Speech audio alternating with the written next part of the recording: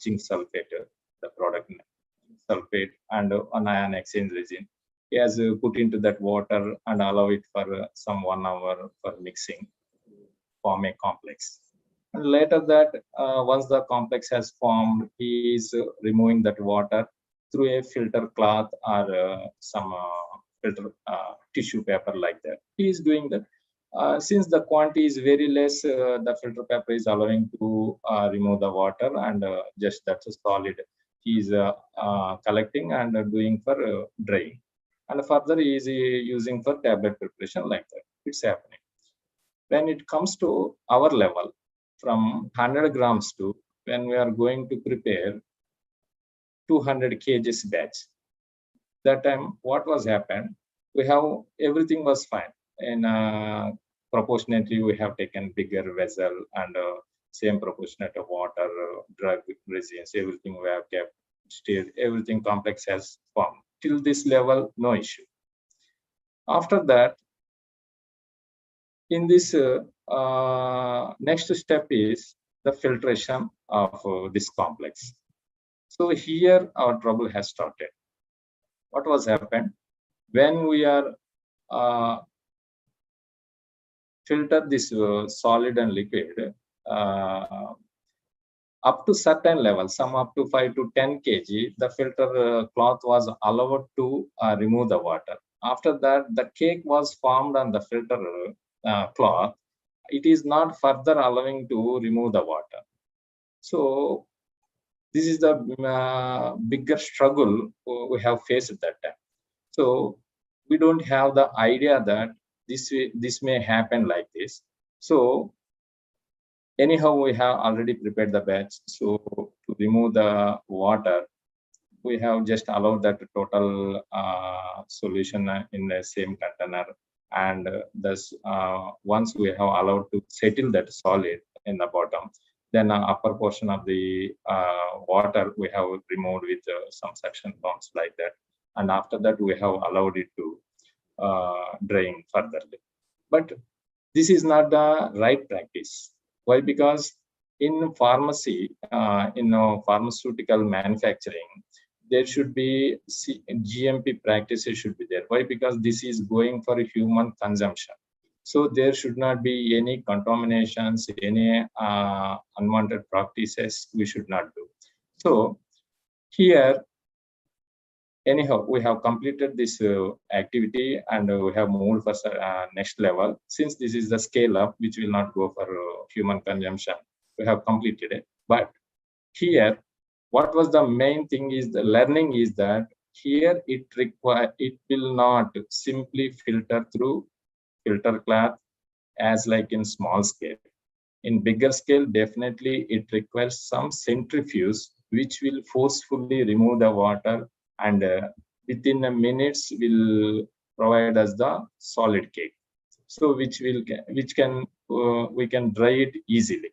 So that is the important. This is the one of the example I'm quoting that why it is important, the technology transfer when we are moving from small scale to commercial scales. And one more thing, the before going to quote that example, what is the technology? The process that are need for successful program from the drug discovery to product development to clinical trials to full scale commercialization, or it is the process by which a developer of technology makes its technology available to commercial partner. Means the knowledge and the documentation, everything has to be here. When the drug product is developing, there is so many stages will be there. First, the drug discovery. When new molecule is developing, that the first stage is drug discovery. Once the drug has been discovered, API, after that, it will move to formulation scientist. He will prepare that pure drug into the formulation, like tablet form or capsule form like that. So that development he will do. Later, after development from R&D scientist in a small scale, it will move to technology transfer department, that who will take care of the moving this formulation from small scale to bigger commercial scale. Then the further commercial scales will be handled by the production people. So here, so many people are there and so many activities are there. So when this one knowledge of one activity moving from one person to other person, there should be a proper communication, documentation should be there. Otherwise, if there is no proper communication, some critical parameters or critical important knowledge about that techniques, those will not be properly transferred to next person. There will be chances of some risk may happen. There is a chances of failure of that product. Why? Because every molecule and every formulation will not behave in a standard way. Every material behavioral nature will be different. So of course, maybe some molecules, some 10 molecules may be prepared in the form of tablets only, but nature of the tablets and nature of that preparation may differ from molecule to molecule. So every time this technology about that particular formulation or particular molecule is different. So the knowledge should be, unless until the knowledge is not transferred properly to one person to other person, there will be a failure of that end product. So that is the importance of this technology transfer. Just here, once again, I would like to quote one example. Oh, actually, that mango and bangan combination curry is my favorite dish. So my mother is always used to prepare for me that one. So when I got married, that time my wife also came to know that what is my foods which I like very much. So she was like, no, and she wants to prepare that one. She has every time she is preparing, and the end product is not just like how my mother is preparing. This has happened almost 10 years continuous. So one day I enter into the kitchen. Of course, I'm a good cooker. When I enter the kitchen, she is doing everything perfectly as my mother is preparing. Only difference is at the end she is not putting water into that one. So that only, of course, we think that what makes the difference of that water? It will not have any taste or something. It will not add anything to that food. But thing is that the total texture and appearance, the mixing of one ingredient to other ingredients will not happen unless until you won't put water. So this type of many gaps, maybe my mother has communicated, or she has missed that, share that one, or my wife was not captured that point, or she forget that one. So in general cases, no problem. But here in pharmaceuticals, the each batch cost is maybe in sometimes in lakhs, sometimes in crores, like that. So we can't take such type of chances here just by missing some small important things from transferring one person to other person. That will leads to a costing of lakhs together. So that's why earlier there is no technology transfer thing. When these type of things are happening, failures are increasing. So this technology transfer department was created to bridge the formulation developer to commercial production people.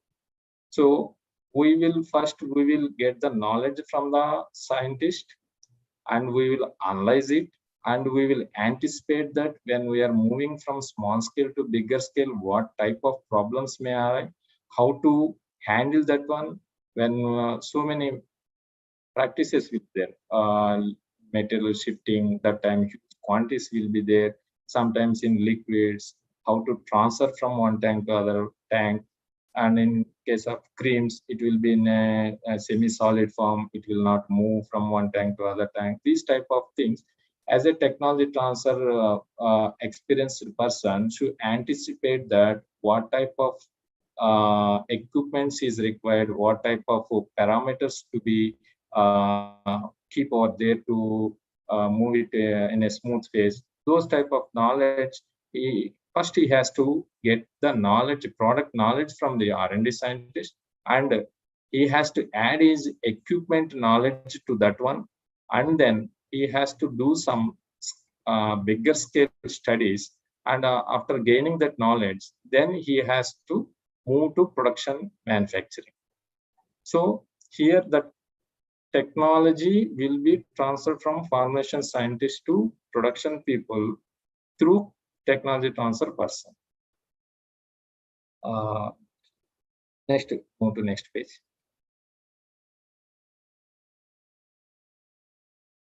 Or just a minute, let me try that. I will share my screen.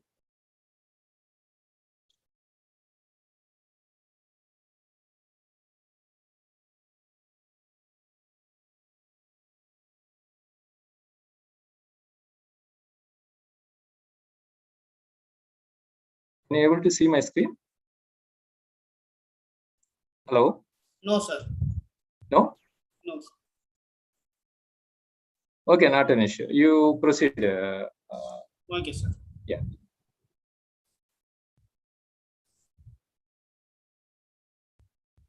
Yeah.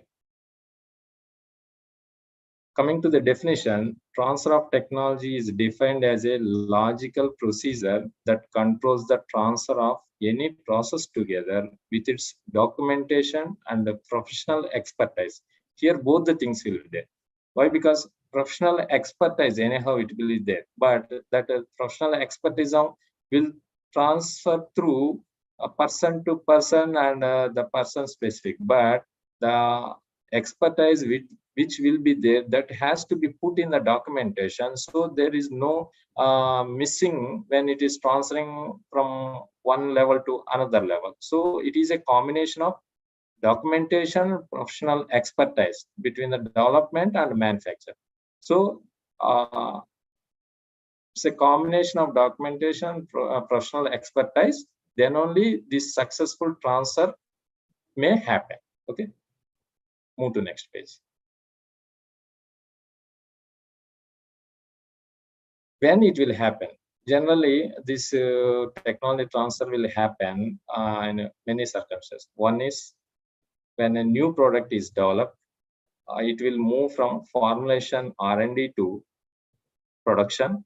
Sometimes from one production site to another production site, or one block to another block, or one scale to another scale.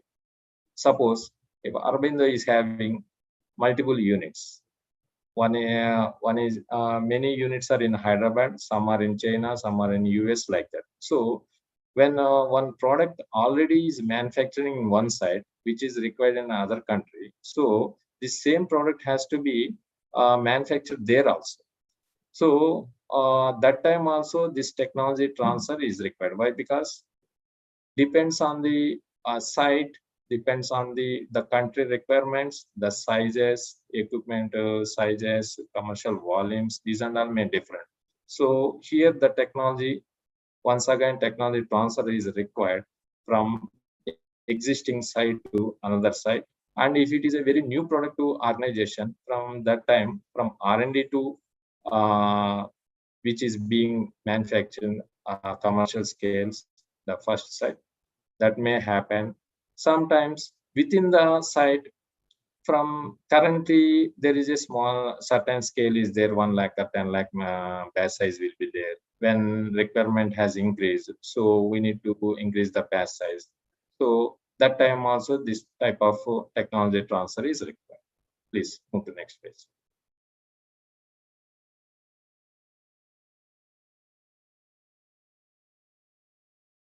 Next page. Yeah. I already told you. So here two things will be there. One is transferring site, another one is receiving site. Yeah. Transferring site may be, if it is a new molecule, transferring site will be the R&D, or else if the already product is being manufactured in one site, and it is planning to transfer to other site. Then transferring site is the existing site, and receiving site is the where we are planning to manufacture a new site. That will be the receiving site. Next one.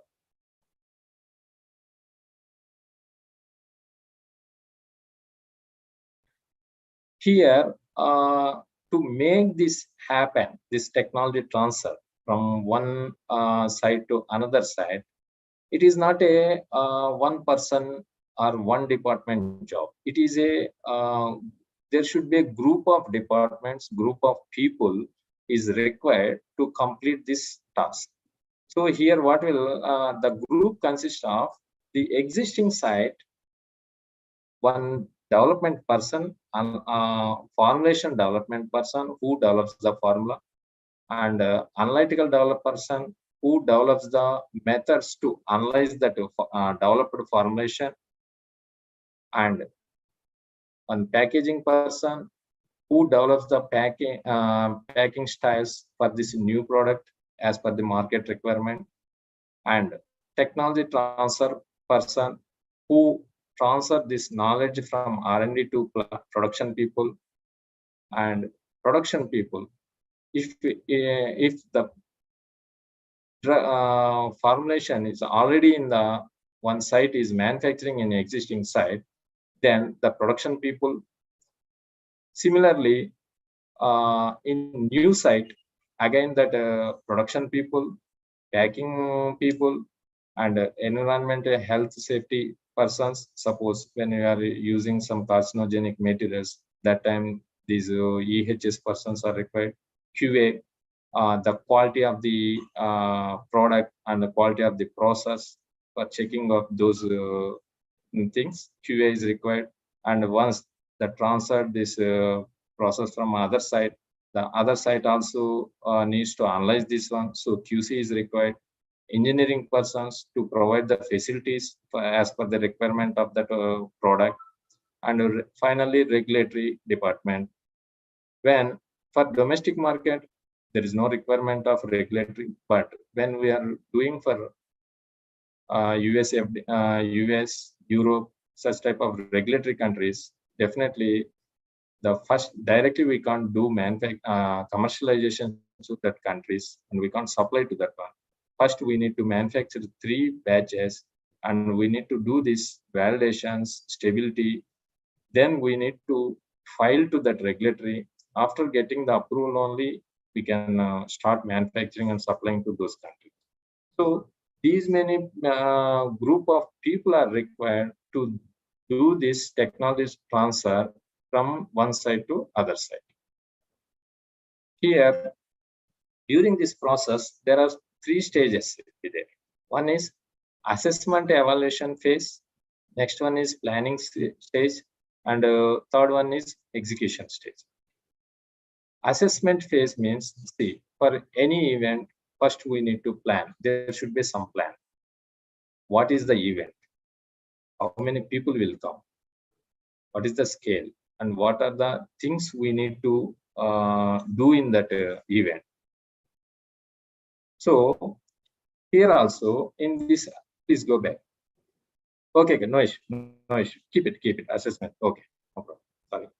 Sorry. In this, first we need to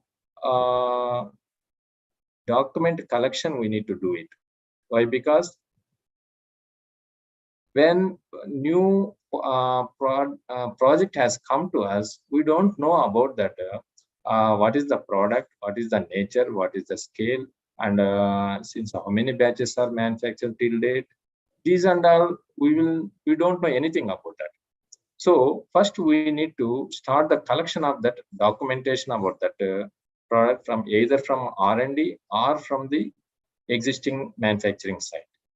Then we need to analyze the document, whatever we have collected. Suppose if that is the new product, we need to check that how many trials they have done, why those many trials has required, and why each trial is different, how they have arrived to final formulation, what is the background of this keeping these parameters and designing the formulation. These and all, how the release of that product and what is the environmental conditions it requires and what is the safety measures we need to follow. These and all information in assessment phase itself, we need to evaluate it. Move to next page. Next, coming to the planning phase. So once we got all the information about the product, then we need to check that what resources it requires. Why? Because each formulation may require different equipment. Some we will do in that just mixing the 4 to 5 meters, just mix it, compress it. Sometimes wet granulation will be there, so their RMG requirement will be there. Sometimes we will prepare pellets, their roaster is required. Sometimes we will make flake formations, dry granulation. There we require compactor. Some formations required coating, so tablet coaters are required. Some formations are capsules, so the capsule filling machine is required. Like that, what are the resources is required? How many operations are there? And batch size also. Sometimes existing site may have small equipments. The new site may have bigger equipment. So for each equipment, there will be a limitation that there will be a range from minimum this much to this much only we can manufacture. So here, if you have small equipment, accordingly your batch size will be there. When you are moving to other side, as per the equipment availability and the range of that equipment capacities, we need to plan the batch size. So when you plan the batch size, to make the batch, we need starting materials, means raw materials for production manufacturing, and for quality control to test the product. They need chemicals, testing equipments like HPLC, GC, these and all. So those, what are the requirements, and you need to find out, and you need to arrange those things. If sometimes the site may not have those special equipments, so during this phase we need to procure those equipments. Next, coming to the EHS assessment. When you are using solvents, any carcinogenic materials, that time EHS assessment has to be done. So and when you are going to manufacture one new product, that time local FDA license should be there. So you need to, prior to apply for that one, like that. And next one is raw metal, packing metal, machine change parts, and chemical reagents, column standards. These and all has to be start indenting that one. Why? Because this will take some time to get it. So that is the planning phase. Next, once you get all the requirements, you should ensure so everything is available, then only you need to start the execution phase. Among these things, if you miss only one thing also, you are unable to complete the project. So each and everything, that's why in planning stage we will keep on checklist and we will once the before execution phase, we will sign off from all the departments that whatever the requirements and what is the availability of those requirements, status, everything we will ensure it. Once that has been signed off that everything is ready, then we will move for execution phase. Here in execution phase, first transfer of analytical method. So in new site, they don't know how to analyze this one. So that time what will happen, this transferring site people who are regularly analyzing that one, those people transfer the technology and techniques to new site people. So they will start one set of metals. They will first initially check that one. If it is properly analyzing as per the existing unit, then they will sign off that document that analytical method transfer as completed. Similarly, raw material testing and exhibit batch testing, these and all they will evaluate, and once they are thorough that, they can do the analysis of when we will start the new batches, then immediately they are in a position to analyze that product. And next, coming to the production manufacturing stage, the technology transfer person, first they will optimize the process according to the equipment, and during that time they will check the robustness.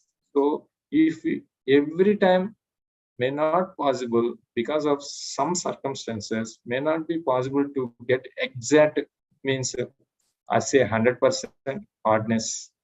Suppose if you are given a range of 50 to 100 newtons, exact every time you won't get to 70 newtons.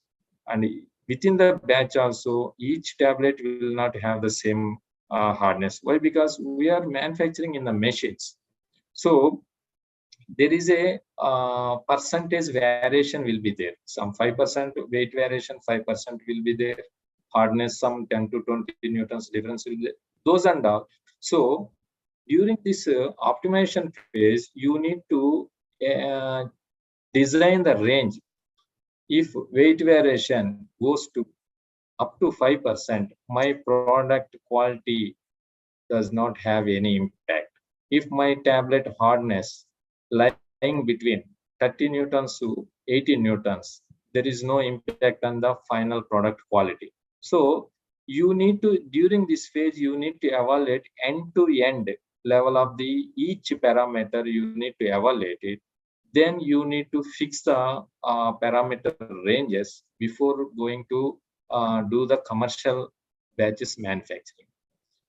Here you need to QTPP, means quality target product profile, means here those are resolution, means at what time, how much time it is required to release the complete drug content from the formulation to either into in vitro or in vivo. And next, coming to the whether this product is having 100% content, or else some range will be there. 90, it is within the 95 to 105% range, or impurities are within the limit or not. These and all we need to evaluate at this phase. Next, coming to the process parameters. Here, if you are doing in blending simple formulation, just mixing and compression phase, there also you need to see that if I mix this material in a blender, how much time it requires to develop a uniform blend. Suppose you need to mix it for 5 minutes. There you need to check that blend uniformity from different locations. If that is not uniform, each individual unit should be within the 90% to 110%. So in these 5 minutes, if you are unable to achieve that uniformity, then you need to move further and mix further timings, like 10 minutes you need to mix it, and you need to check that one. There if you get the within the limit, then again further 5 minutes you need to check that if I mix further 5 minutes, what will happen? Further it will improve the uniformity, or it will demixing may happen. This also you need to evaluate. So once you done all these studies, finally you will finally fix the time that 10 minutes mixing has to be done, and you need to put it in the documentation. So when you are doing the commercial batch manufacturing, that time you will do only 10 minutes mixing, so that you will get good blend uniformity, and a value should be within the 90 to 110%. Like that process parameters we need to establish here. And finally, when you are completing this evaluation with the scientific appropriate rationale, you need to fix the parameters, and then you need to start the manufacturing of commercial batches. Next, move to. Like this, the technology transfer will complete. Actually, this one is for your level. It is not required. Why? Because this is regulatory requirements, pivotal scale of pilot batches, bio studies, those and all. Generally, when we are doing commercial batch size, we need submitting for US market.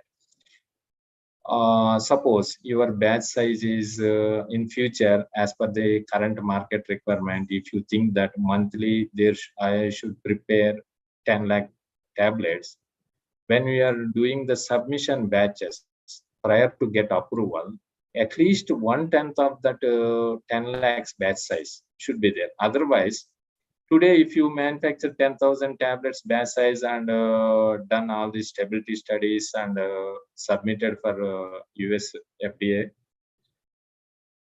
later, once you get the approval, if you want to make 10 lakh batch size, they won't allow you. They will allow you up to 10 times only. Why? Because these studies maximum can extend up to 10 scale level only. Beyond that, there is no rational behind that one. So whether it may pass or it may fail. So that's why the regulatory always instruct that you can move from either side within the 10x scale only. So when you are fixing these submission batches, you need to keep in mind that what will be my commercial batch size. Accordingly, 1/10 batch size you need to prepare for submission batches. After completion of this submission batches manufacturing, need to do accelerated stability 40-75 conditions and intermediate 30-65 and long-term 25-60 room temperature and RH. In this accelerated 6 months we need to do the study, and intermediate 1 year, and room temperature 24 months, and beyond that one you need to continue it till what duration your product is complying with the specifications. You can extend your product expiry. That is what we are checking on the tablets, any medicines we are buying from the stores. Where each formulation will have different expiry date. The basis is this one only. Some products, the impurities up to 24 months, beyond 24 months, it will cross the impurities generation, which will cause carcinogenic, so that we will restrict to 24 months only. Some products will have even 4 years also, the impurities are within the limit. So we can extend our expiry date for that particular formulation is 4 years. That is the rationale why the expiry date is different, one formula to formula and product to product. Next. Okay. Move to next. Yeah. Here, pre-commercialization stage, once you evaluate that, maybe sometimes what will happen when actual this submission, getting approval, these and all will take minimum 24 months. So till that time, maybe the requirement may increase or it may come down as per the current requirement. So accordingly, that after approval, as per the requirement, commercial requirements, within the 10x scale, we need to fix a commercial batches, and then we need to do validation of initial batches, and then we can proceed for further batches manufacturing. Move to next one. Okay. Here I have up to here I have completed how we will do technology transfer and what is the requirement of doing technology transfer. If that not happens, what is the consequences? I explained you. So here the main thing is that why we have to very careful and very precautious about every batch is the drugs are very costly items. So if any one batch failure may affect the cost of around sometimes in lakhs and sometimes in crores. So if one batch fails, means that crores of rupees are just going to the way. So that will be the huge burden on the organization. So that's why every stage we should be very careful, and we should maximum we need to reduce the failures. So that is the main criteria here to doing this technology transfer. Next one is process validation. So once you have filed the product and you got the approval from regulatory uh, organizations, then you need to start your manufacturing. Here, why this process validation is needed here? First, I will tell you the definition. Process validation is defined as the collection and evaluation of data from the process design stage to commercial production, which establishes scientific evidence that a process is capable of consistently delivering quality product. Here, see, we daily we will manufacture in a month. We may manufacturing just our take Arbindo only. In one unit, around 1,000 million units we are manufacturing in one unit. So, if take one product, generally in a month we may manufacturing 30 batches in a month. Only one formulation I am telling. So, if suppose my batch size is 10 lakh. So I can't check every time this 10 lakh tablets are meeting that specification, whether it is having a current dose, exact dose, and it is giving exact release, and it is having that required hardness. These and all, it's not possible to do in each and every batch in an extensive way.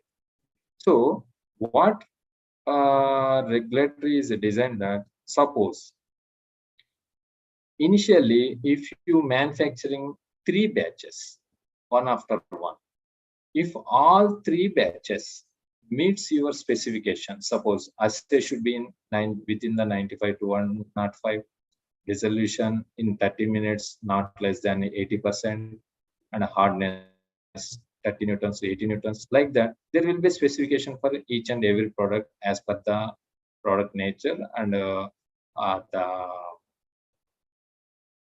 product which is being used to treat the problem.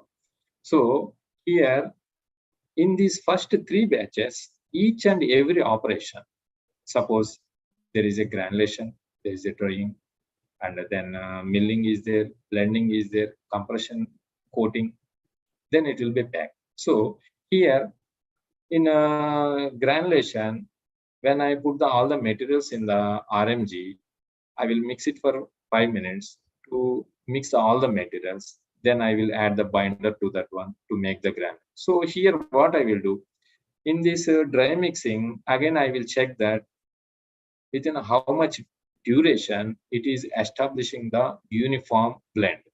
So here I will check in 10 different locations and analyze it for the content.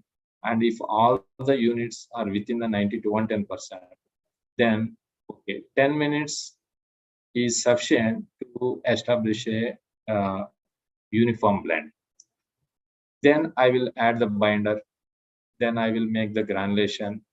So here, how much binder I have to add, that quantity has to be fixed, and how much time I have to mix it to develop a granule. And after that, again, I have to dry this wet granules.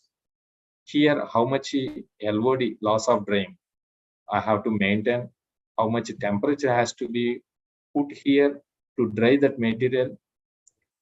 And next, coming to the blending, how much time once again required to make it a uniform blend. And coming to the compression, how much hardness has to be keep for this product to give the good release, and it should be intact in transit.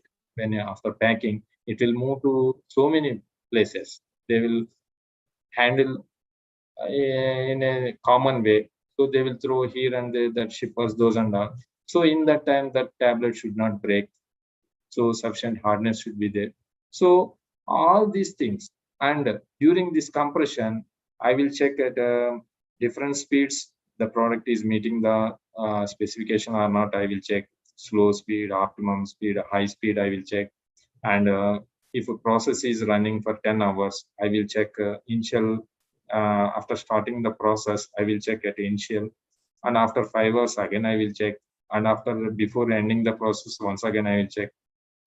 So these type of extensive study I will do in initial 3 batches. So if all 3 batches continuously deliver meeting the specification of what we have already predefined, so it proves that my process is continuously produce the same quality of the product, so that after these 3 batches completion, so the validation will be completed.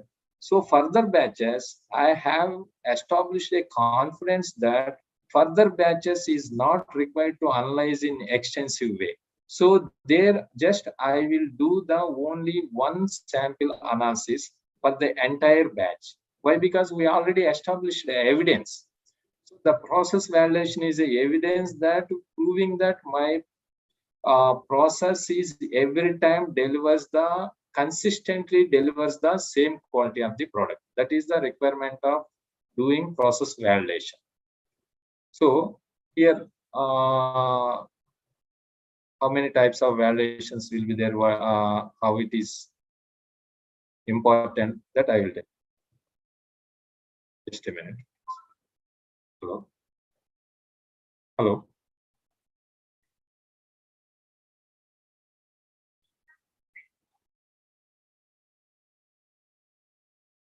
Sorry. Here, the process validation, we need to do for 2 things. One is process design validation, and the other one is process qualification. In process design validation is the stage related to product or process design. Developmental stage covers product research and pilot batch studies. So even R&D also, they will do in small scale also, they will do once they finalize the one design, they will see that whether this design consistently delivers the same product with the same quality, that they will do it. Once these 3 batches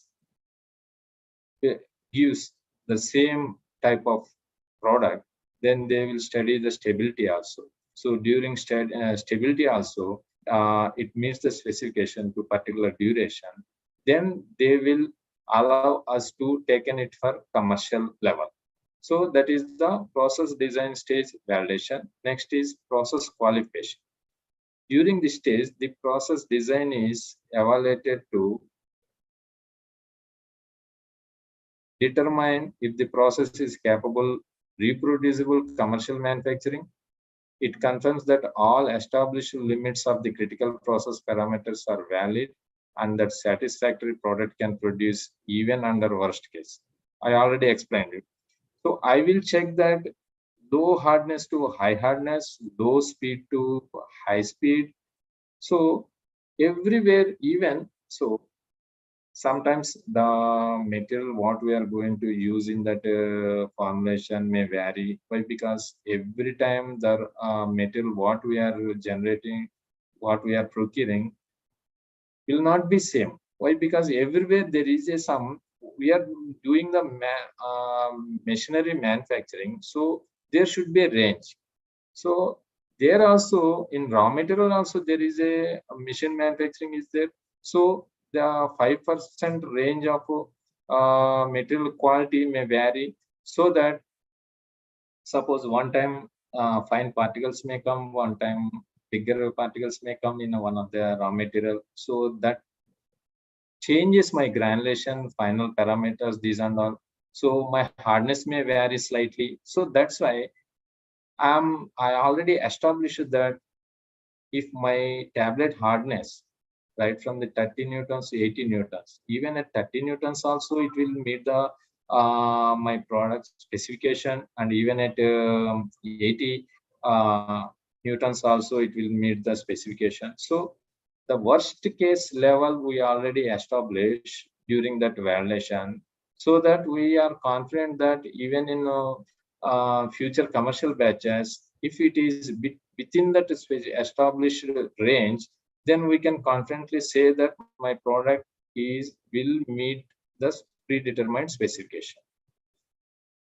So that is the process validation importance. in manufacturing of commercial batches.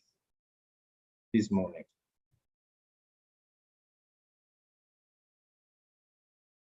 Please move.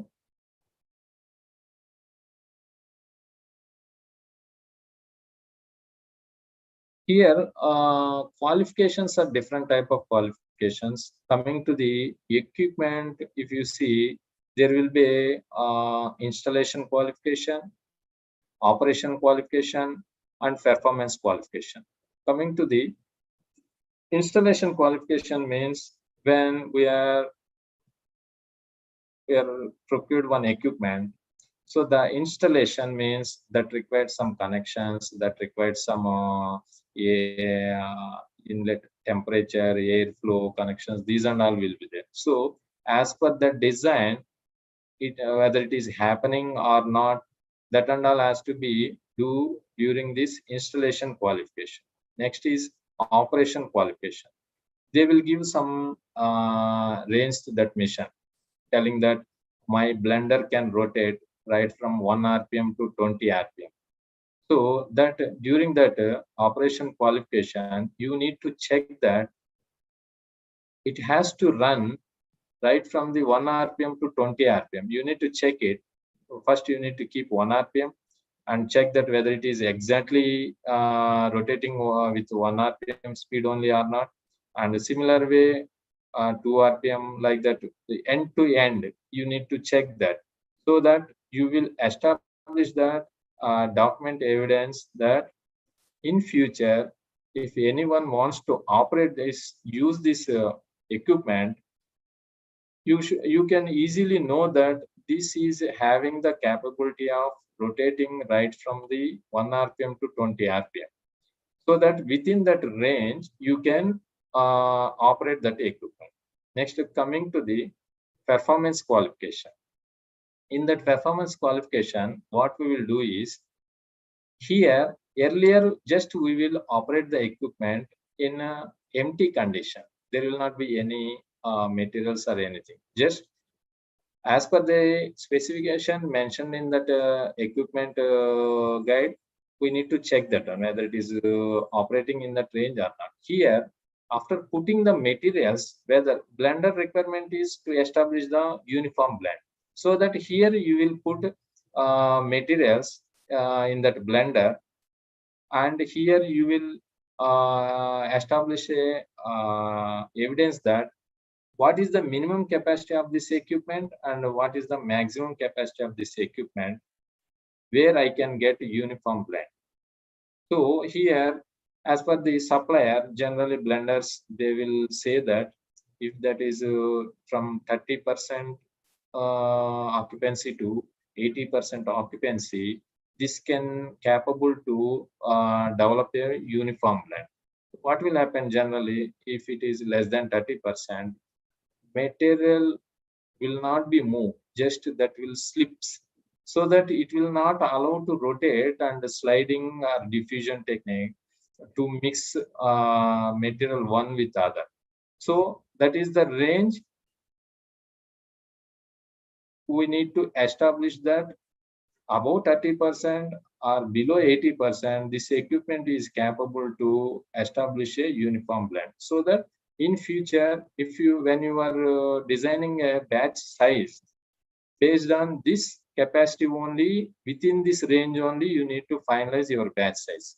Either you can't go less than 30% occupancy, they will not allow you to do the batch. Why? Because definitely there is a risk that it will fail.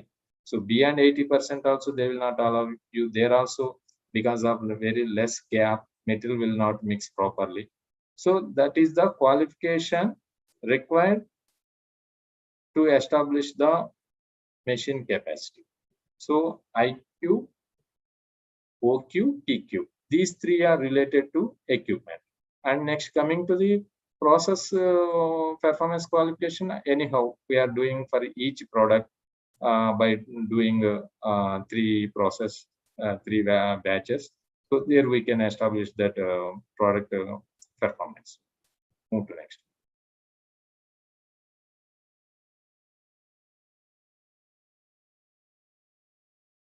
Yeah, here In stage 3, what we'll do, uh, validation means it doesn't mean that once you do 3 batches and established evidence that my 3 batches are giving consistent results. So in further, no need to do any validation. I can just simply I will do the manufacturing. It's not correct. Why? Because there is a chances of some changes may happen either in the materials or in the equipment. Why? Because when equipment new in a new condition, the performance may be different, and when it is going to older, that time the performance may be varied. So we need to do the continuous verification. So what will happen in industry? They will check every year how many batches has manufactured in this year, and they will collect the critical process parameters of the product. Suppose like that, what is the 10 batches hardness, what is the hardness, and what is the weight variation during compression, and how the blend uniformity is varying, how the dissolution is varying. These are the trend they will check for 1 year. So if there is a consistency and there is no variation, then they they will continue the further manufacturing. But any significant drops or changes observed in that particular batches manufactured in 1 year, then if any critical significance is happening, then they will recommend that we need to either it requires any revalidation or any change in the process, or those recommendation has to be given according to the trend data of those batches. So that is called continuous verification. Move to next. Next, there are currently there are 2 type of validations are there. Earlier, many are there. Now they are limited to only 2: prospective and revalidation. Prospective means any process you are doing first time, that is called prospective validation. So generally, when it will happen, when R&D to commercial scale, when you are moving, that will be there will be prospective validation. And when you are changing the batch size, then it will be prospective validation. When you are moving from one side to another side, then it will be prospective validation. So for any site or any product, first time you are doing, that will called prospective validation. And revalidation, just now I have told you, in a continuous verification process, when any significant variations are happening in the product nature, that time you recommended for revalidation. So if that revalidation, generally the revalidation may takes place that any raw materials source has been changed. Suppose now I am taking some microcrystalline cellulose from one supplier. Later, because of cost or because of a supplies, lack of supplies, that time I am moving to other supplier. So of course, the material specification remains same only, but the supplier may vary. So because when supplier to supplier, there will be some minor changes will be there because of the techniques what they are using in manufacturing, the what source of material, very initial material they are using to manufacture final material. There could be changes will be there. So these type of changes are when you are changing packing materials, because sometimes if you use more protective packing material, so your expiry date may extend. First, or sometimes what will happen, because of market competition, you need to reduce the manufacturing cost. That time you need to say take the materials which can available at lower cost with a completely different nature. Suppose alu pack to blister pack. Why? Because aluminum both sides. If you keep aluminum, that will give good protection, but cost is too high. That time, what you will do, you will refer to blister and aluminum pack, so the cost can be reduced. Suppose similarly, raw materials also, if I am taking from a branded, established branded source, the cost will be multinational company source will be cost will be more. In that case, if I take from local source, of course, the quality may be almost same, but slight variation will be there, but I will get at cheaper cost. So again, I need to do their validation. Why? Because exactly we don't know the behavior of that one.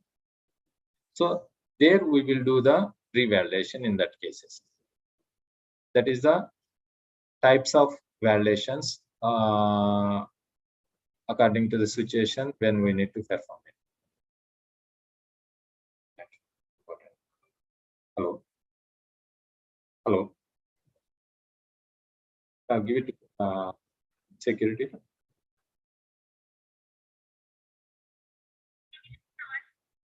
D1108 page.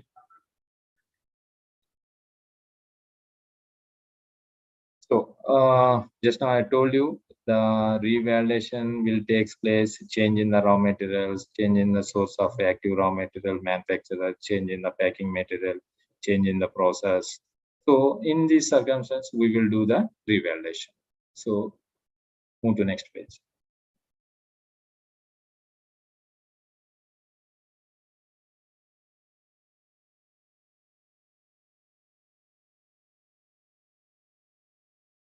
Please move to next page.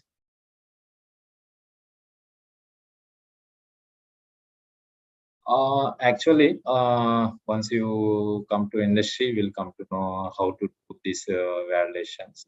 So just I will brief you with a few examples. Suppose in a blending stage, when you want to do the sampling blend uniformity, there you need to take collect samples from 10 locations.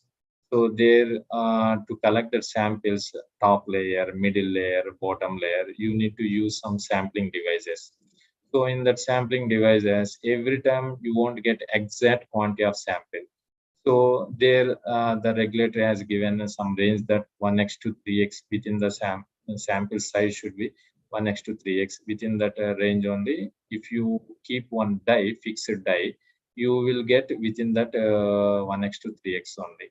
Like that, FDA will given some guidelines for validation for each operation. We need to follow as per that one, and even for that acceptance criteria for assay. Generally, US FDA will allow the assay range is 90 to 110%. For Europe countries, they will ask to maintain 90 within 95 to 105%. And the dissolution similarly within 30 minutes for immediate release dosage forms within 30 minutes, 85 not less than 85. For sustained release hourly basis, what is the range they will give like that. So for validation process, we need to keep some criteria, specification criteria, and we need to establish evidence that it is meeting the specification limit. Then only the validation can be, we can say that validation has been completed. So that is the process validation, how we will perform and how we will fix the specifications for that one. And from where to we need to, suppose in Blender, from which locations we can't do as per our requirement. We need to follow the regulatory guidelines from which locations we need to collect, how much quantity we need to collect, how much frequency we need to analyze. These and all already established by the regulatory guidelines, and we need to do validation according to that one only. Then only they will accept that validation.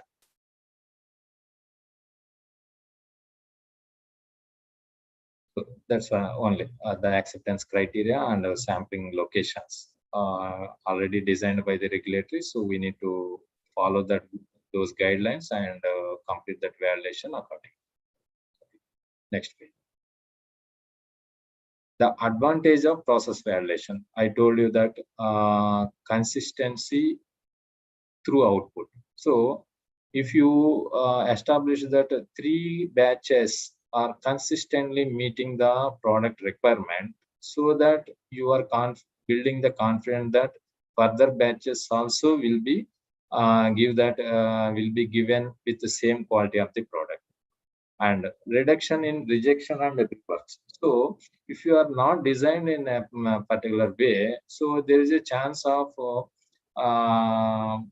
it will not dry properly, so it will take more time. If you not validate that blending, so sometimes blending from in one batch may pass, one batch may fail. So here sometimes you have to reject the batch. So these are the reworking rejections. These are all you can avoid. And reduction in utility cost. If you design the process in such a way that there is no breakdowns, so you can finish the manufacturing within a stipulated time. So no need to run the machines over time, no need to use the facility for more time, and no need to pay the persons more amount. These and all you can reduce it. So overall utility cost will be reduced. So your profits may increase. Avoidance of capital expenditure means if your machine is not running in a full speed, continuous breakdowns will be there because of you are not designed the product in such a way. So output will be less. To meet the market requirement, instead of running one machine, you need to buy another machine, and two machines has to run the same product. So this and all capital expenditure.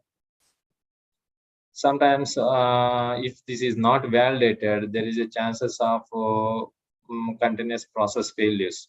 If product is not getting you are not done proper granulation, hardness may not come. If hardness not coming, so you can't run the compression.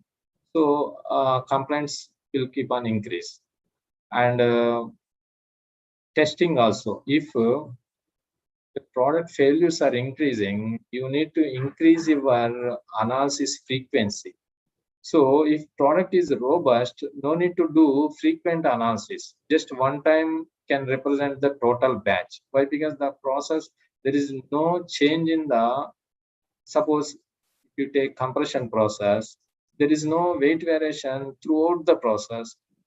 Because of there is no weight variation, hardness will consistently maintain. So why to test more times? No need to check frequently the hardness.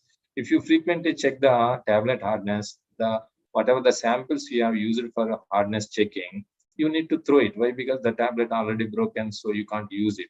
So frequent analysis will reduce your output. So time also waste. So these are now you can reduce the testing if your product is robust. That can be established only by validation. And sometimes market complaints may come. Why? Because in border case, if you release the product, then once it moves to market, there is a chance of broken tablets has come, and color has been changed. These and all these type of chances of market complaints. So if domestic market, people are not making that complaint, but in regulatory markets, US, Europe, those and all, they are very much familiar to report this market complaints. So huge penalty will be there, and we need to recall the total batches, which is very cost offensive. And regulatory, if frequent market complaints will be there, the regulatory generally once in 2 years like that they will come for audit. But if frequent market complaints will be there, they will have a eye on that one. Which company is having frequent market complaints, then they will prepone the frequency of that audits. So these and all the risks involved if you want the validation and will not establish a robust formulation. So, and once if you do the proper validation, the manufacturer, the person who are involving that manufacturing, they will have a awareness of that process. So blindly they can manufacture it. Otherwise, there is no consistency. Every time they need to do some research on that. If last batch I got less hardness, so in this batch I need to bit increase the granulation.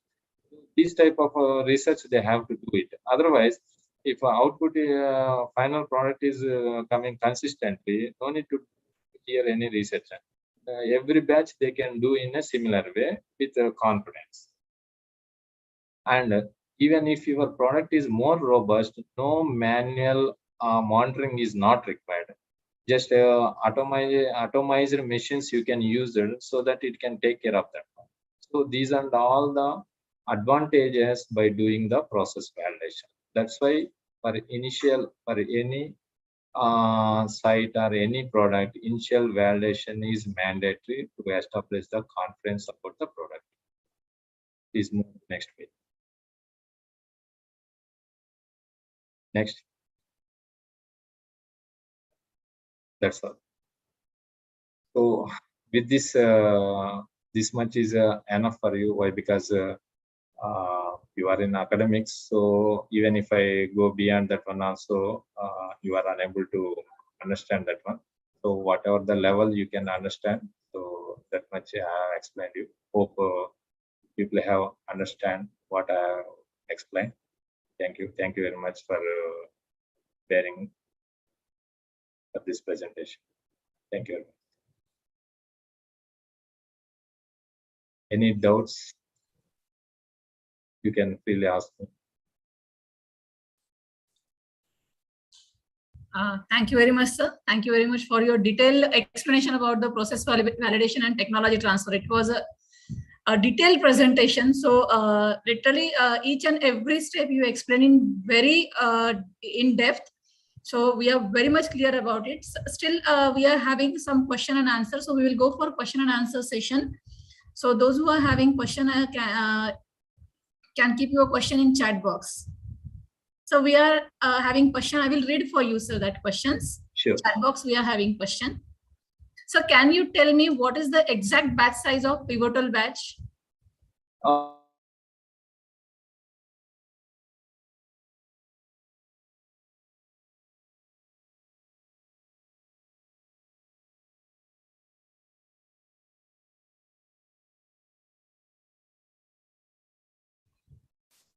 So you are on mute. Can you unmute, please? I think it has gone automatically. Can you hear me now? Yeah. Yes, sir. Yes. Yeah. I already explained that for solid dosage forms, minimum 1 lakh units is the batch size for regulatory markets. And again, one more criteria is there that 1/10 of your commercial batch size.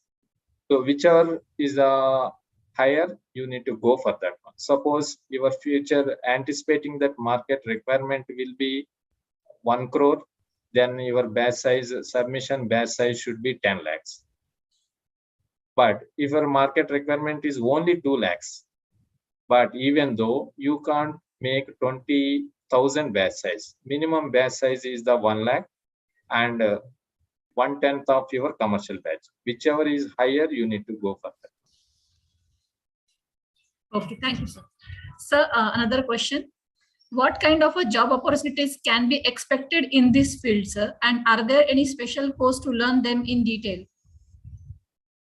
For industry, there are a lot of departments will be there. One is right from, I will start right from the development stage, that is R&D. In R&D, formulation development team will be there. So who will design the tablets, capsules, that formulations.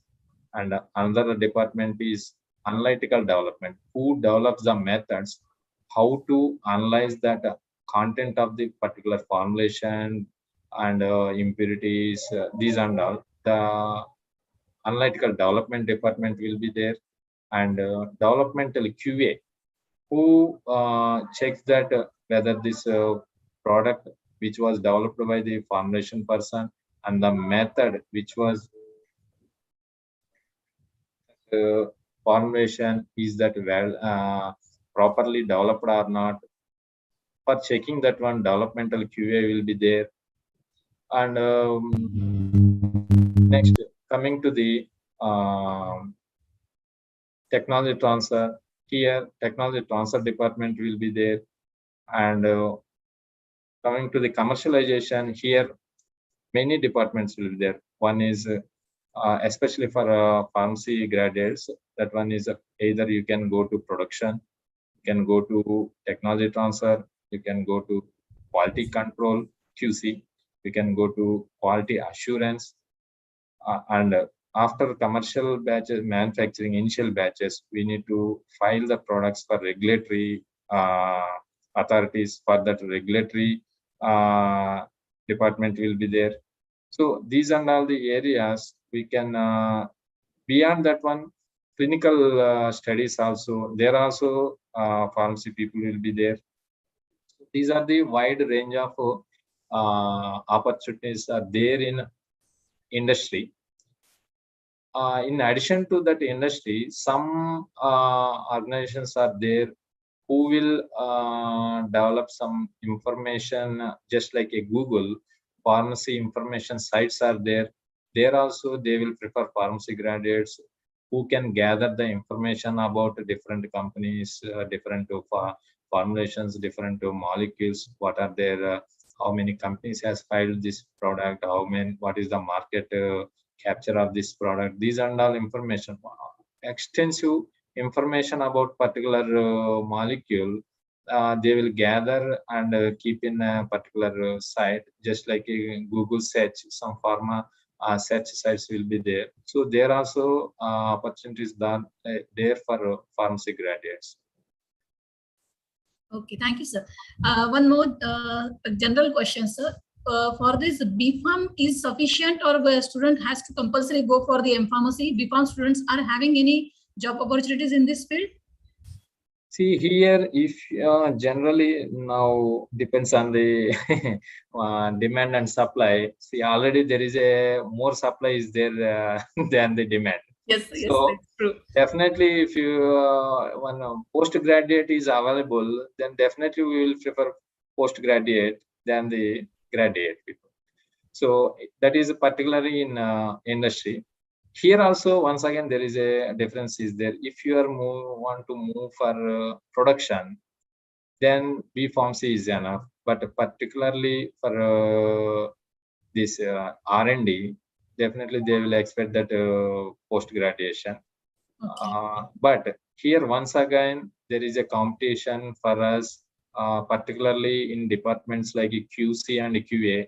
They are allowing MSCs also. Why? Because for them, the background is not required exactly. Why? Because QC people will handle the chemicals. So they should have that chemical knowledge. So MSc is also allowed for that one. If you want to particularly move to with a background of pharmacy, there are particular departments like R&D, formulation development, analytical development, technology transfer,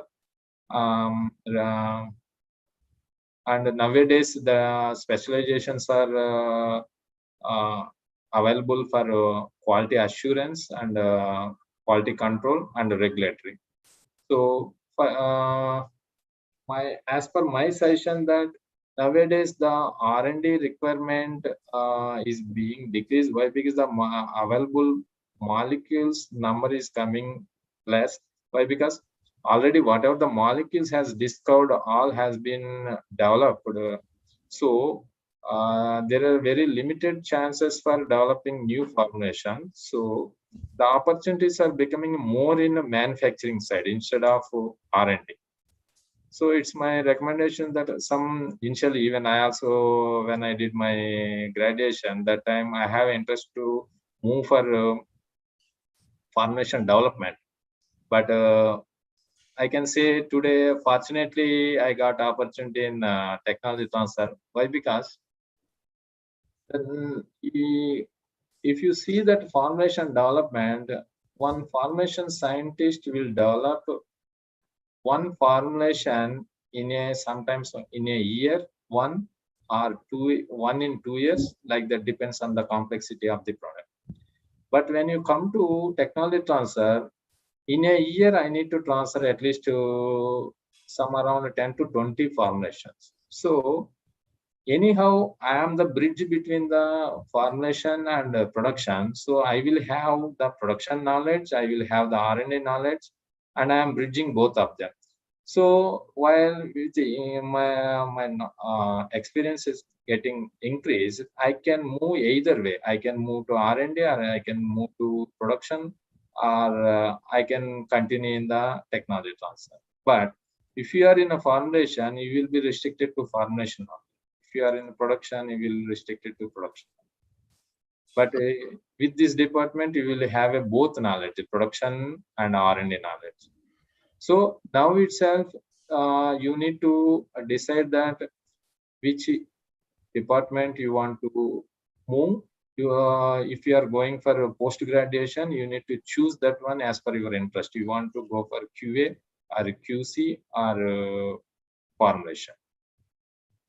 Okay, means your recommendation is to go for, depend upon your choice, you can go for graduation or post graduation. You can stop at graduation, or they can move at post graduation. Yes. Yes, thank you very much, sir. There are so many questions, but we will on YouTube also questions are there. WhatsApp group we are having there, questions are there. I think we should mail it, that we should compile and should mail you the questions. Sure. Yes, sir. Thank you very much for delivering a depth lecture with respect to technology transfer and process validation. We are very privileged to have you here. On behalf of management, principal sir, on behalf of students, I want to thank you from bottom of my heart. Thank you very much for accepting and delivering this lecture. On behalf of management and MNR College of Pharmacy, we would like to give you a short token of love and appreciation, sir. Please accept that one. I request JP sir to present a virtual memento. Kindly accept this memento, sir, from on behalf of MNR College of Pharmacy and MNR Educational Trust. Thank you very much. Thank you very much, sir. I would like to thank all the participants who joined here through virtual platform, and thank you very much again, sir. Thank you. We would like to be in touch with you again. Sure. Thank you very much. Okay, sir. May I leave now? Yes, sir. Sure, sir. Thank you.